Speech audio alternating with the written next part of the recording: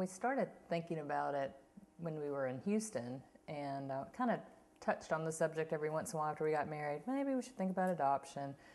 And then we didn't, it was not really serious thought. And we moved to North Carolina and thought a little bit more about it. And my job at the university has an adoption and foster care program in it. And I learned that you could do respite care. So I said, oh, Jim, we can do respite care, weekends only. You see the thought process here? We could do a noble thing without really disrupting our lives. On Friday, I at that time in my career had a lunch meeting, and I remember getting the phone call. She knows that I'm at a lunch meeting on Friday. Why is she paging me in the middle of my meeting? And it was interesting how she broke the whole scenario. Well, they have an emergency placement. It's really important. This child has to come here. He's fairly young. He's only 17 months old. And, well, I'm pretty well trained. My response was, well, good, we're going to have a rational discussion about this, and then you're going to tell me what we're going to do, just like always. And then she said, well, it's this toddler and his two sisters. And I said, two sisters? How old are they? And she said, well, they're actually sort of 8 and 11. And I said, have you lost your mind? And she says, well, we do have room. I said, well, you're quite right about that. We do have lots of room. But are you sure you want that we need to do this? And she said, well, yes, she really was convinced this was the right thing to do. And I said, well, I'll tell you what, my contribution is I'll come home from work an hour early. In the meantime, let me know what arrangements you make. And I remember when we got home and they brought in these three children, one of them looked at me and they didn't ask the questions I thought they would ask. Where am I going to sleep? And where am I going to go to school? Where, is that dog going to bite me? The first two questions were, do you all go to church? And we do. And do you all eat pork? And I said to her, there's a ham in the refrigerator, you want some? And that's how we got started. And these were children who were not exactly the children we thought we might have chosen originally, because one of them was a toddler. One of us doesn't have much experience with toddlers. That would be me. And one of them was going to become in short order a teenager, and one of us didn't really mind taking children, but didn't want one that would ever become a teenager. That would be me.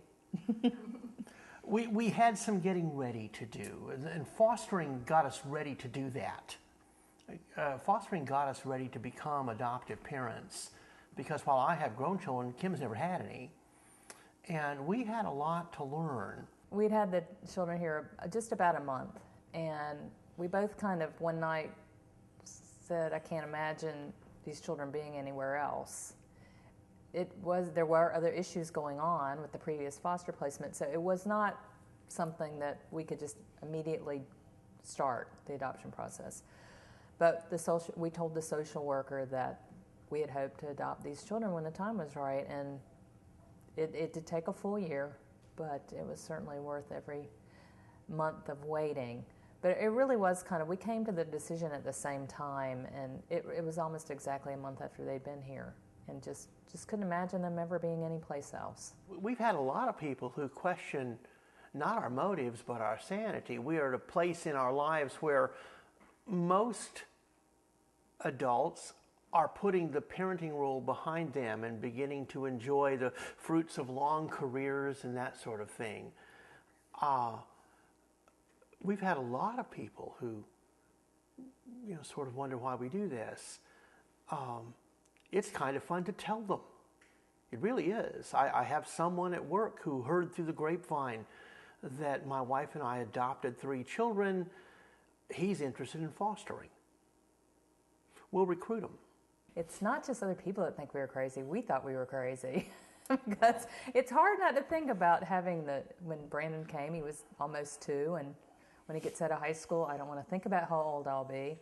But there's advantages and disadvantages, definitely. I mean, we know so much more than a 25-year-old parent does, and it's just, we can provide more opportunities than a lot of the younger parents. But that was an issue particularly for our oldest child because she wasn't used to having expectations and old parents. So it's been kind of a fun journey trying to overcome the stereotypes of an older parent.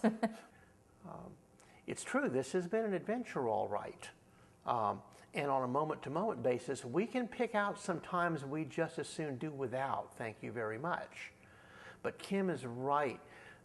This has been the most rewarding period of our marriage by a long shot, being able to share the gift of children with one another.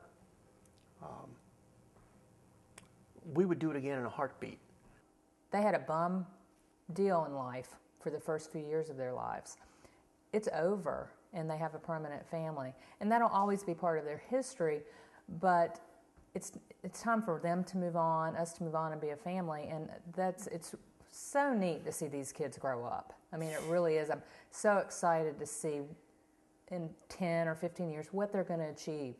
And they're becoming caring people, sympathetic people, and learning not to constantly blame their history. And that's really neat, because we all have stuff in our backgrounds that we need to just let go and move on. One of the things is to treat them from the beginning as if they were members of our family. And we didn't really ever refer to them as foster children, and they are not now adopted children.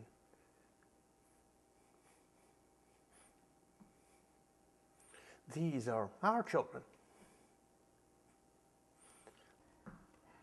I don't know. I cannot imagine our lives without the kids in our home, and it's just been a blessing.